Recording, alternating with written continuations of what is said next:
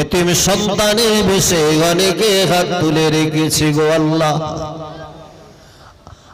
আল্লাহ আমাদের আব্বা মা যাদের কবরে, আব্বা আম্মার কবরে তুমি আযাব দেবে না, সকল আর আব্বা আম্মার কবর গুলাকে নূরে নূরে গুলজার বানিয়ে দাও। আল্লাহ আজকের মাহফিল কবুল করুন। মাহফিলের কমিটি সাহেবান, আমার যুবক ভাইয়েরা অক্লান্ত পরিশ্রম করে যে মজলিস কায়েম করেছে, আল্লাহ আল্লাহ মাহফিলের শ্রোতা বক্তা গুলাকে কবুল করে নাও।